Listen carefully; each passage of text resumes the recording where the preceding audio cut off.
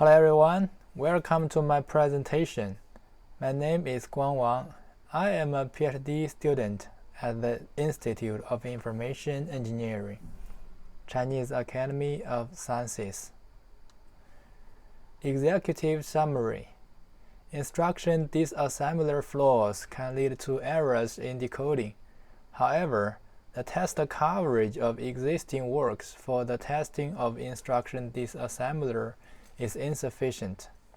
Our goal is to find flaws in x86 instruction disassemblers with high coverage.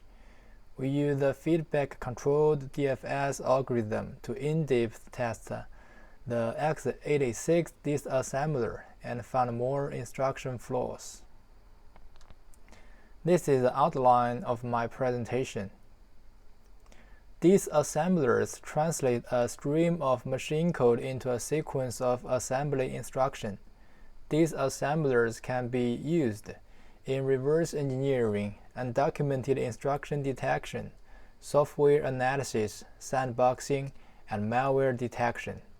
If there are flaws in the disassembler, the output results of applications based on disassemblers will be untrustworthy.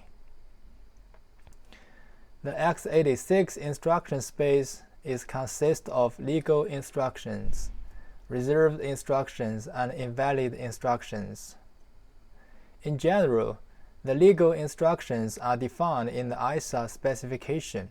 However, the output results from disassemblers may be different from the functions that are defined in the ISA specification. The reversed instructions and invalid instructions are not defined in the ISA specification, which means they cannot be executed by processors. And when we use the disassemblers to decode these instructions, the disassemblers should report that they are illegal instructions. However, some of the reserved instructions can be executed by the processor, in which case the disassembler should report it as a functional instruction.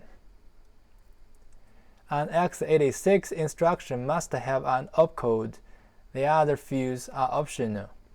The length of x86 instructions can be 1 to 15 bytes long, which result in 2 to the power 120 possible instruction encodings. It is impossible to traverse the x86 instruction space using the method of brute force testing. The motivation of our method, the test efficiency of brute force and the random methods is low, which test a considerable number of invalid instructions and redundant immediate and displacement operands. The coverage of random methods is low, which cannot guarantee the coverage of opcodes and operands. The depth-first search algorithm balances test efficiency and coverage. The DFS algorithm can skip the invalid instructions so that the test efficiency is high. However, the test coverage is insufficient. For the x86 instruction space, the minimum boundary is a 15-byte 0, and the maximum boundary is a 15-byte FF.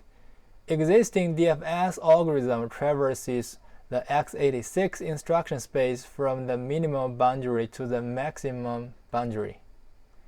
The advantage of the existing DFS algorithm is that its search depth is limited to no greater than the instruction length, which skips a considerable number of invalid instructions. Because instruction bytes outside of the instruction length cannot be used to encode legal instructions. The disadvantage of the existing DFS algorithm is that when the instruction length changes from short to long, the search depth is insufficient because when it detects the changes in instruction length, it only increases the search depth by 1.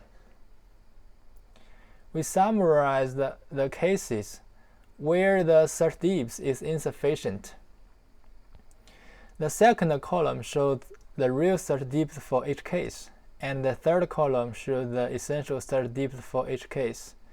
The last column is the counterexamples, which prove that increasing the certDIFS is necessary because there are large amount of legal and reserved instructions that are skipped by the existing DFS algorithm. Note that these instructions are just some of the examples in the x86 instruction space. There are more scenarios where the certDIFS is insufficient. Our goal is to test the x86 instruction space with high coverage and efficiency, which covers all of the instruction opcodes and operands. We analyzed the ISA menu and found the essential certDIFS of each instruction format. There are 6 types of instruction formats in the x86 instruction menu. The second column represents the essential certDIFS of each type of instruction, and the last column is the essential bytes that are used to encode the instructions. If the certDIFS is smaller than the essential certDIFS, we need to increase the certDIFS of the DFS algorithm in time. This is the testing framework of our method. The instruction generation module generates instructions with high coverage and efficiency. It generates both legal and reserved instructions. The generated instructions are fed into the processor and disassembler separately. The differential analysis module analyzes the outputs from the processor and disassembler. If there are deviations between them, the instruction under test will be put into the analysis reports file. When the feedback control module detects that the certDIFS is insufficient, it will increase the certDIFS in time. First of all, we present 2 basic mechanisms the DFS algorithm uses to control the certDIFS. The DFS algorithm detects changes in instructions in real time. The mechanism 1 is that when it detects that the instruction changes from short to long, as shown in the figure on the left, we present it in the red arrow. The certDIFS will be increased by 1. We then describe the second basic mechanism for controlling the certDIFS. We named the bytes where the certDIFS is located the DIFS byte, as shown in the bold font in the figure. We use the disassembler to detect the immediate and displacement operands in the instruction under test. The basic mechanism 2 is that when the DIFS byte reaches the feature value, the certDIFS will be decreased by 1. Note that our method uses mechanism 1 and 2 to control the certDIFS. Moreover, we proposed a novel mechanism to increase the certDIFS of the DFS algorithm. This mechanism is called feedback mechanism, as shown in the last row of the table. First, constraint 1 is being used to skip the invalid instructions. The certDIFS is limited to no greater than the instruction length. Constraint 2 is used to limit the maximum certDIFS of DFS algorithm. In the detection stage, the algorithm stores the instruction length, certDIFS, and the 3 just executed instructions in the buffers. The instructions are being used to analyze the instruction format.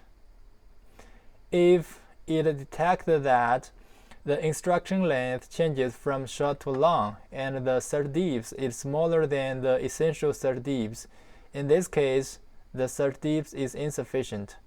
The essential certDIFS of the instruction is determined by analyzing instructions that are stored in the instruction buffer during the detection stage. When it detects that the SerDefs is insufficient, the algorithm has to compare the instruction length with the essential SerDefs. If the instruction length is smaller than the essential SerDefs, then the algorithm assigns the 0 to defs byte and assigns the instruction length to SerDefs. If the instruction length is greater than the essential SerDefs, then the algorithm assigns 0 to the defs byte and assigns a value of essential SerDefs to SerDefs. Then we present the differential analysis method. We compare the outputs from the disassembler and processor. There are 4 types of judgment rules. We use these rules to determine the types of the instructions. We evaluated our method on both the Intel and AMD processors. The Capstone version is 4.0.2, and the evaluation environment is listed on the slide. We present the test result of our method. As an evaluation metric, we use the number of instructions that were tested.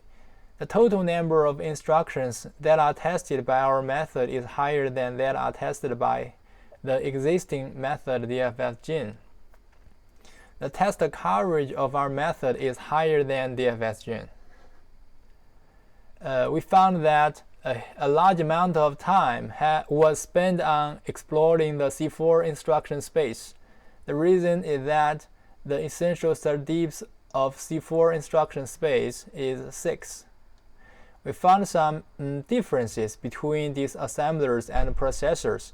They are executable but undecodable instructions.